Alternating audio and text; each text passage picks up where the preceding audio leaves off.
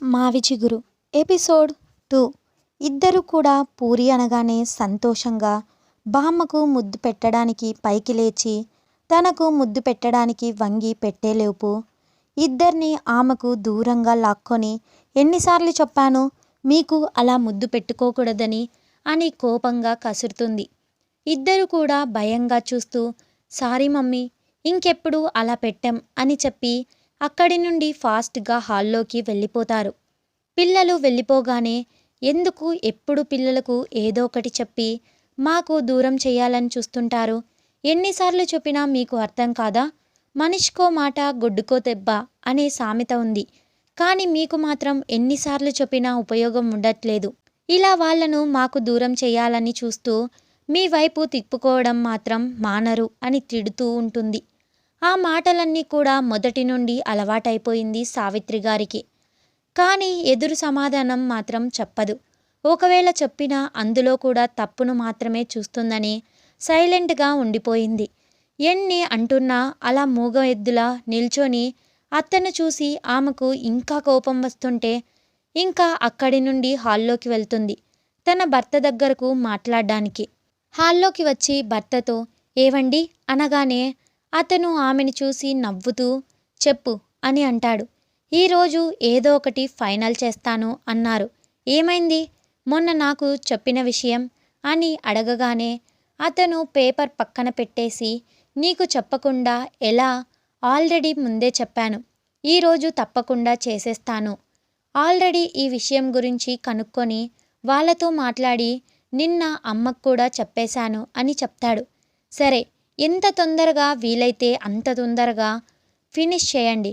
ఈరోజు ఆమె చేసే ప్రతి పనిలోనూ తలనొప్పి వస్తుంది.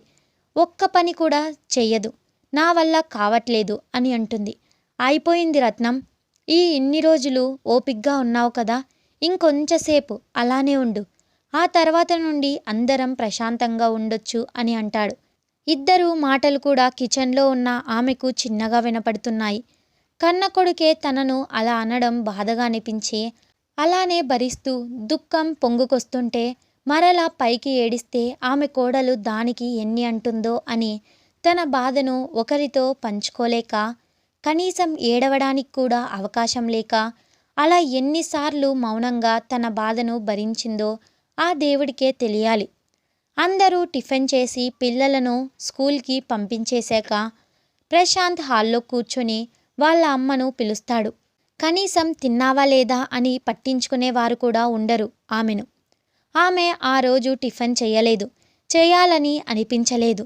జరిగేది ఏంటో తనకు తెలిసినా ఎవరిని ఏమీ అనలేదు. మనసుకు అంత బాధ కలుగుతున్నా కూడా దానిని పైకి ఏమాత్రం చూపించకుండా మౌనంగా అతని ముందుకు వచ్చి నిలబడ్డారు. అతను తన తల్లిని చూసి అమ్మా, ఆల్రెడీ ముందే చెప్పాను నీకు, ఇంకా చెప్పడానికి ఏం లేదు. అన్నీ సర్దుకున్నావా? ఏమైనా మర్చిపోతే తర్వాత కష్టం. ముందుగానే మరొక్కసారి అన్నీ చూసుకో. మరొక గంటలోనే మనం వెళ్తున్నాం అని అంటాడు. ఆమె ఏం మాట్లాడకుండా మౌనంగా తల ఊపి తన గదిలోకి వెళ్తుంది. అతను ఫోన్ తీసుకొని వెళ్ళిపోతాడు బయటకు. సావిత్రి గారు రూంలోకి వెళ్ళి తన బ్యాగ్లో 4 కాటన్ చీరలు, అవి కూడా పాతవి, తన భర్త ఉన్నప్పుడు కొనిపించినవే, అవి పెట్టుకొని తన భర్త ఫోటో కూడా పెట్టుకుంటుంది. తన వస్తువులు ఏమీ లేకపోవడంతో ఆ బ్యాగ్ తీసుకొని ముందుకు నడుస్తూ ఉండగా ఆ రూమ్లో ఎన్నో జ్ఞాపకాలు, ఎన్నో ఏళ్ల నుండి మనసులో దాచుకున్నవన్నీ కళ్ళ ముందు కదలాడుతుంటే అవన్నీ గుర్తు తెచ్చుకుంటూ భారంగా బయటకు అడుగులు వేస్తుంది సావిత్రి. బయటకు వచ్చి బ్యాగ్ పక్కన పెట్టి కోడలి దగ్గరకు వెళ్తుంది. ఆమె ఎదురుగ్గా నిలబడి రత్నం, ఇంకా నేను బయలుదేరుతున్నాను, జాగ్రత్తగా ఉండు. పిల్లలు కూడా జాగ్రత్త. ఇంటికి రాగానే నా కోసం తప్పకుండా వెతుకుతూ ఉంటారు. నేను నా కూతురి దగ్గరకు వెళ్తున్నానని చెప్పు మర్చిపోకుండా. మీరు ఎప్పుడూ సంతోషంగా ఉండాలని కోరుకుంటున్నాను. ఎప్పుడైనా ఈ ముసలి ప్రాణాన్ని చూడాలి అని అనిపిస్తే తప్పకుండా ఒకసారి రండి అని చెప్పి బ్యాగ్ తీసుకొని ముందుకు నడుస్తూ ఉంటుంది. హాల్లోకి వచ్చి కొడుకు కోసం ఎదురు చూస్తూ ఉంటుంది. వెళ్తున్న ఆమెను చూసి రత్నం, హమ్మయ్య, ఈ రోజుతో ఈ ఇంటికి పట్టిన దరిద్రం వదిలిపోతుంది. రోజు ఇంట్లోనే చూడలేక చస్తున్నాం. అలాంటిది గుర్తొస్తే ఈమె దగ్గరికి వెళ్ళి మరీ పలకరించాలంట. అంతా నా కర్మ, నాకేంటి అని అనుకొని అక్కడి నుండి వెళ్ళిపోతుంది. కనీసం ఆమె వెళ్తున్నప్పుడైనా వెళ్ళి ప్రేమగా మాట్లాడుతుంది అనుకుంటే కనీసం వెళ్ళేటప్పుడు బయటకు కూడా రాలేదు.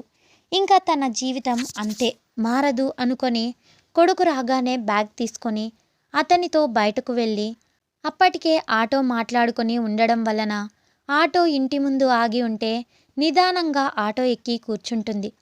ప్రశాంత్ కూడా ఎక్కి కూర్చున్నాక అతను అడ్రస్ చెప్పగానే అతను ఆ అడ్రస్కి పోనిస్తాడు. ఆటో ముందుకు కదులుతూ ఉంటే ఇప్పటి వరకు తను ఉన్న ఇంటిని వదిలి వెళ్తుంటే అలాగే చూస్తూ కన్నీళ్లు ఆగకుండా వస్తూనే ఉంటాయి. కొంచెం ముందుకు వెళ్ళగానే అలానే కళ్ళు మూసుకొని ఉండిపోతుంది. ఎవరికి చెప్పుకోవడం ఇష్టం లేక. అలా 1 గంటన్నర ప్రయాణం తర్వాత ఆటో ఒక ప్లేస్లో ఆగుతుంది. ఆటో ఆగగానే తను రావాల్సిన ప్లేస్ వచ్చిందని అర్థమై కళ్ళు తెరిచి ఆటో దిగి చూస్తుంది. ఎదురుగ్గా పెద్ద పెద్ద అక్షరాలతో ఉన్న బోర్డు చూసి ఇలా తను ఉండాల్సింది ఇక్కడే అని మనసు చెప్తుంటే ఆ ప్రదేశం చూసి గుండె నిండుగా బాధ పొంగి కన్నీరు ఏరులై పారుతోంది. ఎందుకంటే ఆ ప్రదేశం ఊరికి చివరన ఉంటుంది. ఆ బోర్డు మీద ఉన్న పేరు మహాత్మా గాంధీ వయోవృద్ధుల శరణాలయం. Stories continue. Wait for the next episode. Subscribe to our channel. Thanks for watching.